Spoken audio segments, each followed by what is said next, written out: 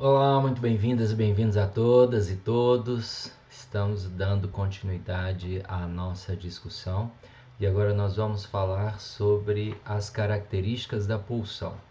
Ah, Pensando aí conceitos, né, conceitos de pulsão, ah, a gente tem uma constituição bem calculada quando Freud fala, né, que não existe um caminho natural para a sexualidade humana. Não há uma maneira única de satisfazer o desejo, né?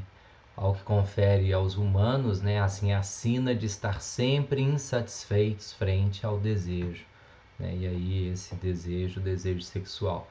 E em nome desses desvios, né, que Freud nomeia assim, que ele fala em pulsão sexual e não em instinto, né? Uma facilidade que nós temos hoje em relação ao reino animal é essa distinção entre o que é instintivo e o que é pulsão sexual, que é um padrão de comportamento hereditariamente fixado e que possui um objeto específico, enquanto a pulsão sexual ela não implica nem comportamento pré-formado, nem objeto específico. Né? Então Freud vai dizer aí que a pulsão não tem objeto fixo. E isso é importante, a gente ter esse grande elemento no campo da psicanálise, do inconsciente e da compreensão do conceito de pulsão, para desconstruir inclusive algumas teorias normatizantes, né, que concebem aí a própria heterossexualidade como algo da ordem natural, quando essa forma de conceito que ele está dizendo, né, ela se opõe à própria psicanálise, que está dizendo que não tem um objeto pré-formado, não tem um objeto específico, né? A pulsão, tal como ela é construída por Freud, a partir das experiências do inconsciente, ela proíbe ao pensamento psicologizante esse recurso ao instinto. Com ele mascara a sua ignorância através da sua suposição de uma moral na natureza. Então, assim, Lacan vem trazendo esses elementos para dizer, olha, a pulsão não tem esse tom moralizante, normatizante, e é importante a gente compreender isso. Né? E entendendo então que a fonte de uma pulsão, entendendo o processo somático, né, que ocorre no órgão ou parte do corpo e cujo estímulo é representado na vida mental por uma pulsão. Outro elemento importante é o objeto, né? Qual é o objeto da pulsão? O objeto de uma pulsão é a coisa em relação à qual ou através da qual a pulsão é capaz de atingir a sua finalidade. É o que há de mais variável em uma pulsão e originalmente não está ligado a ela, só lhe sendo destinado por ser peculiarmente adequado a tornar possível a satisfação. De novo, se a pulsão não tem objeto fixo, eu posso hoje estar pulsionalmente, né, investido para determinada situação, objeto, pessoa, como amanhã posso não me importar, não ter implicações libidinais, pulsionais por essa mesma pessoa. Né? O que aí a gente está dizendo que torna a satisfação variante de acordo com o índice pulsional. Né? A pressão de uma pulsão, compreendendo, né, seu fator motor, é a quantidade de força ou a medida da exigência de trabalho que ela representa. A característica de exercer pressão é comum em todas as pulsões e, de fato, sua própria essência. Então, a pressão ela é o que move, é o que mobiliza as ações para que esse sujeito alcance, no nível do inconsciente, a sua satisfação. Né? E isso materializado, obviamente, aí, porque a gente poderia falar que é uma antítese entre consciente e inconsciente, que não se aplicam às pulsões. Se uma pulsão não se prendeu a uma ideia ou não se manifestou como um estado afetivo, nada poderemos saber sobre ela. Né? Então, o inconsciente ele traz esse paradoxo aí em relação à própria pulsão. E compreendendo também a finalidade de uma pulsão é sempre satisfação, né? A pulsão nunca se dá por si mesma, nem a nível consciente, nem a nível inconsciente. Ela só é conhecida pelos seus representantes, o representante ideativo e o afeto. Ou seja, é o estado de estimulação na fonte da pulsão. A finalidade última, que cada pulsão permaneça imutável. Poderá haver aí diferentes caminhos conduzentes à mesma finalidade, de modo que se pode verificar que uma pulsão possui várias finalidades mais próximas ou intermediárias. Esses são elementos importantes. Logo, nós temos a fonte, né, que tem um objeto, que se produz estímulo, que tem um acúmulo pulsional, que desenvolve essa pressão e a descarga pulsional, né, trazendo uma satisfação com o objeto, né, com o objeto. Esse é o desenho, né, do esquema para o aparelho psíquico para pulsão. Essa cifra ela é muito importante para nós pensarmos aqui como essas relações pulsionais elas têm impacto sobre, né, as nossas vivências, os nossos afetos, a nossa própria sexualidade, né? Então, assim, a fonte ela é o processo somático que ocorre num órgão ou parte do corpo e cujo estímulo é representado na vida mental por uma pulsão, né? Que seria aí a intencionalidade investida, né? O objeto, que é aí uma coisa em relação a qual, através da qual o instinto é capaz de atingir a sua finalidade. Freud fala isso lá em 1915. É o que há de mais variável em uma pulsão. O objeto, de fato, ele é variável, né? Então, pode ser isso ou aquilo, né? A gente poderia ter uma série de elementos para exemplificar, né? Então, isso seria aí uma forma importante de a gente compreender as experiências, a própria investida, né, dos instintos e as intencionalidades de haver respostas efetivas diante da satisfação da própria pulsão. A pressão, né, ela é esse fator motor da pulsão, a quantidade de força que exige no trabalho, que ela representa. E a economia das pulsões, do ponto de vista econômico, né, assim, as manifestações das pulsões sexuais, por exemplo, são ligadas à existência de uma força, de uma energia específica chamada libido. E aí a libido, novamente, né, está caracterizada aí no campo fisiológico, que é esse superinvestimento, né, pulsional, que pode ser hipercatexizado, ou seja, né, há um excesso, né, que há um super investimento de energia, ora dita psíquica, sobre determinado objeto. E aí, com essa hipercatexização, né, com esse processo da pressão, a descarga que se alcança a satisfação, né, aí com o objetivo. Parece confuso, parece pesado, tenho certeza que vocês estão avaliando, né? Eu acho que é importante continuar aí com as anotações, caderninho e papel na mão, para que a gente possa desenvolver os debates, porque para haver conexões tanto no campo, né, da nossa compreensão, é necessário que a gente construa esse diálogo, tá bom?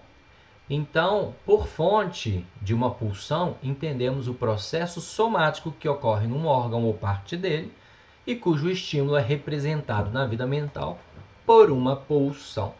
Esse é o conceito que Freud traz para a gente. E, portanto, uma pulsão, por outro lado, jamais atua como uma força que imprime um impacto momentâneo. Estejam atentos comigo. A satisfação de uma pulsão não finaliza a pulsão, mas sempre como uma força constante. Além disso, visto que ela agride não a partir de fora, mas de dentro do organismo, não há como fugir dele. O melhor termo para caracterizar um estímulo pulsional seria necessidade. O que suspende trata-se de algo provisório, que é suspenso. Uma necessidade é a satisfação, ou seja, é a continuidade da execução, né, no caso aí, da satisfação desse objeto pulsional. Isso pode ser alcançado apenas por uma modificação adequada da fonte de estimulação. Vocês já ouviram falar? Ih, menino, tudo para você é sexo. Você está precisando direcionar sua libido para outras finalidades. Algumas pessoas já disseram isso em inúmeras situações às quais eu presenciei. Adolescentes, jovens, adultos, idosos. O que ela está querendo traduzir? Exatamente isso, porque esse objeto, né, essa pulsão latente que é do campo da satisfação, que é contínua, ela obriga internamente, involuntariamente esse sujeito, ou seja, não é externo a ele, né, não é fora do organismo, mas dentro, a que ele fique o tempo todo buscando, né, a sua satisfação. Né? Ou seja, a necessidade é a satisfação. E aí nós vamos entrando agora no conceito de significante. Tá dando para acompanhar, pessoal? Dá seu likezinho aqui para eu identificar com vocês. Se tem dúvida, manda as mensagens aqui no nosso grupo, no nosso chat agora atualizado para nós podermos trabalhar aqui em tempo real. Nossa atividade hoje, né? Ela tem um conceito muito denso. Necessitaríamos aí de inúmeras aulas para que nós pudéssemos fazer o destrinchamento desses conceitos de uma forma muito mais clara, com mais exemplos, para que a gente pudesse ilustrar melhor. Né? Mas não fiquem tristes não, daqui a pouco eu mando para vocês também uma série de links com cada artigo, com publicações claras, com textos bem suaves e palatáveis para a gente conseguir avançar com essas discussões, tá bom? Então vamos lá, retornando agora com o conceito de significante. Para Saussure, significante é a representação psíquica do som, tal como os nossos sentidos o percebem, ao passo que o significado dado é o conceito a que ela corresponde, e aí é representado pelo Szinho e Szão. Já em Lacan, o significante sobrepõe o significado, sendo este último recalcado. Vocês lembram lá do conceito que eu disse um pouquinho mais cedo, recalcado? Aquele que é marginalizado, retirado do centro e é suprimido com outro elemento. O significante não se define pelo significando, e sim por outro significante, ou seja, ele é substituído, com o qual ele vai estar em oposição. O inconsciente, logo, é constituído por cadeias de significantes articulados entre eles. O significante é, então, uma palavra de sentido vazio. Significante é um receptáculo, ele vai ser preenchido pelo significado, e o significado é esse elemento ao qual você vai introduzir. Fiquem atentos comigo que eu faço eventualmente alguns resumos de palavras que ficam repetidas no texto, então eventualmente eu coloco ali ICS, que está querendo dizer, né, inconsciente, cadeias de signs, que é significantes, e Isso tudo para que vocês tenham a tranquilidade de ver o material. Posteriormente eu vou enviá-lo para vocês sem a minha carinha aqui impactando o campo de visão para leitura e melhor compreensão, tá bom? Então a gente vai avançando nas nossas discussões, passando agora pelo conceito aí de recalque, né? E o que é o recalque? Quem aqui nunca ouviu alguém dizer que fulano estava recalcado, né? O que é o recalcamento, né? Nós temos muitos conceitos para dizer, né, sobre o recalque. Nós temos o recalque psicanalítico, ao qual nós estamos dizendo, nós temos o recalque do funk, né, que nós temos também a construção aí desse conceito popularmente, mas ele é trazido de uma forma muito lúdica, né, assim, da posição do recalque. O que é o recalque? A inveja de não poder ter aquilo que eu tenho, né? Alguma coisa em torno disso no hip hop, no funk, né? Eventualmente essas são as expressões que traduzem. Mas e na psicanálise? O que é o conceito de recalque na psicanálise? De onde é que vem esse termo? Então a nossa ideia, né, é trabalhar com clareza para compreendermos aí a experiência do recalque. O que nós poderemos traduzir? O que é o recalque? É empurrar para o lado, é forçar, é desalojar, deslocar, afastar. O exemplo clássico que eu trouxe, imagine um oceano e nós temos um navio cargueiro. Esse navio ele está flutuando harmoniosamente sobre o mar. Como que funciona? Ele está pressionando, ele está tensionando a densidade do navio, tensiona o fluido água, né, para suas margens, para que o navio consolide o seu trajeto. Vocês conseguem visualizar isso? Então, o que ele está fazendo? Ele está empurrando para o lado, ele está deslocando, afastando, para que ele tenha passagem, ok? Então, a construção aí do conceito de recalque é isso, né? Do lugar da possibilidade, né? Ao tempo de dizer de algo que é suprimido para substituição de um outro, né? Então, necessitamos, por conseguinte, de outro processo que, no primeiro caso, mantenha o recalque e, no segundo, assegure o seu estabelecimento e continuidade. Ou seja, se há algo recalcado, necessariamente precisaremos de ter um substitutivo a ele, tá bom? Pensem novamente, né, no navio, na proa, a entrada de um objeto pesado, um navio cargueiro, comprimindo, pulsionando o mar para que haja a ocupação daquela superfície aquática. Esse outro processo só pode ser encontrado mediante a suposição de uma anticatexia, que nós conversamos sobre ela, né? Então, se existe uma hipercatexia, que é esse superinvestimento de energia psíquica, nesse caso aqui, nós temos um subinvestimento, por meio do qual o sistema do pré-consciente se protege da pressão que sofre por parte da ideia inconsciente. Então, isso que está na lógica do tensionamento não tem uma hiperenergia, né? Ela tem uma subenergia e ela faz com que haja então um sequestro, né? E aí a gente está dizendo que há o recalque desse lugar, essa pressão parte aí do sistema do pré-consciente e se protege, né, através desse tensionamento por parte do inconsciente. Então, eventos traumáticos, situações em que o sujeito não deu conta de lidar com elas, o que acontece?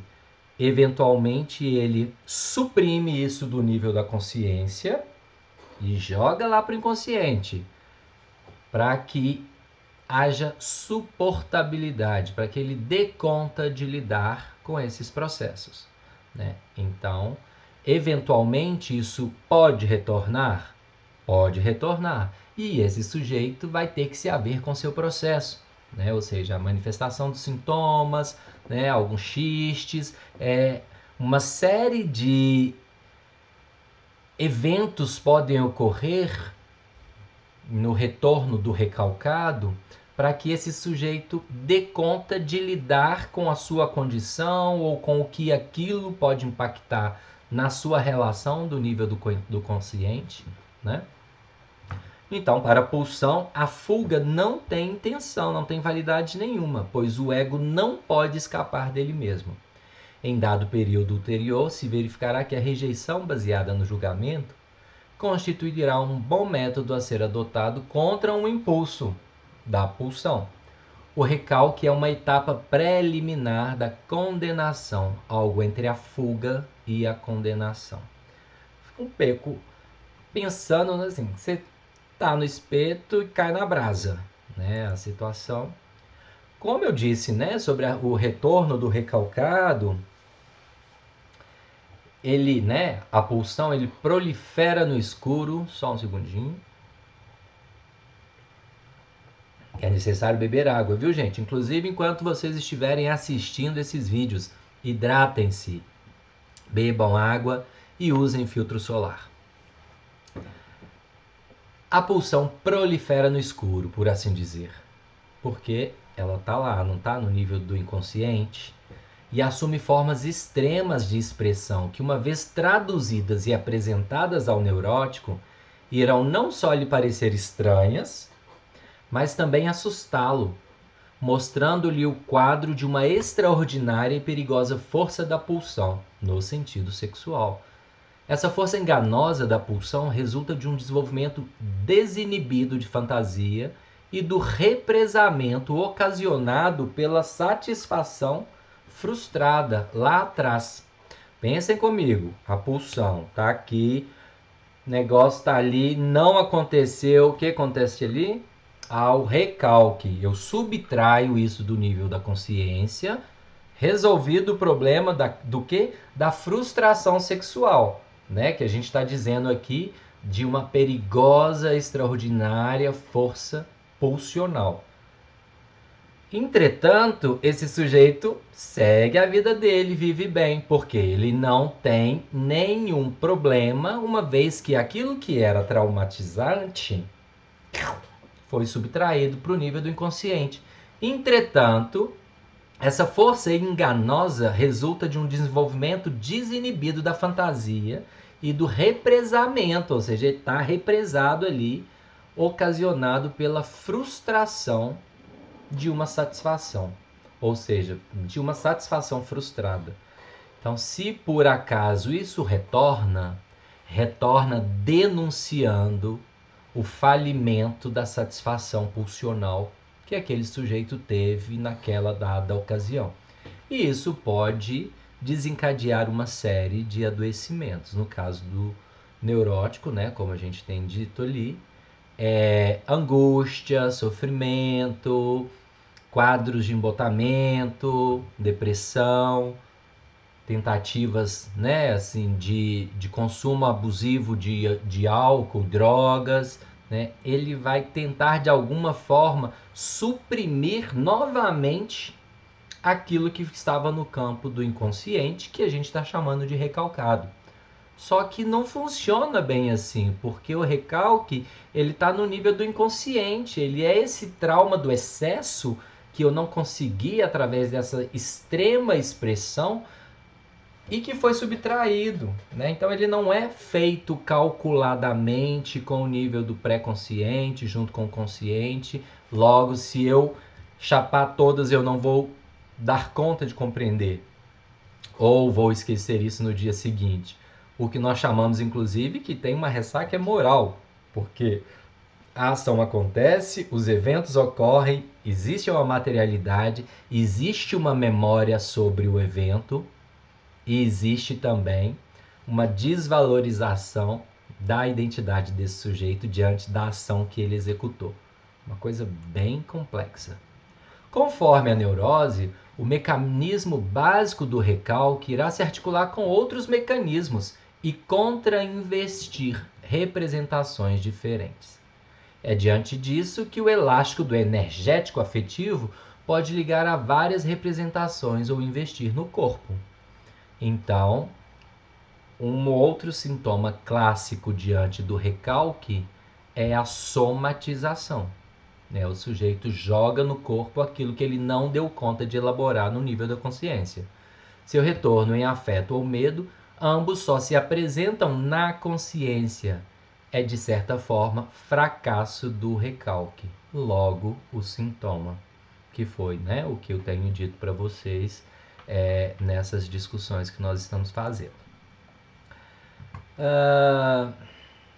Muito bem.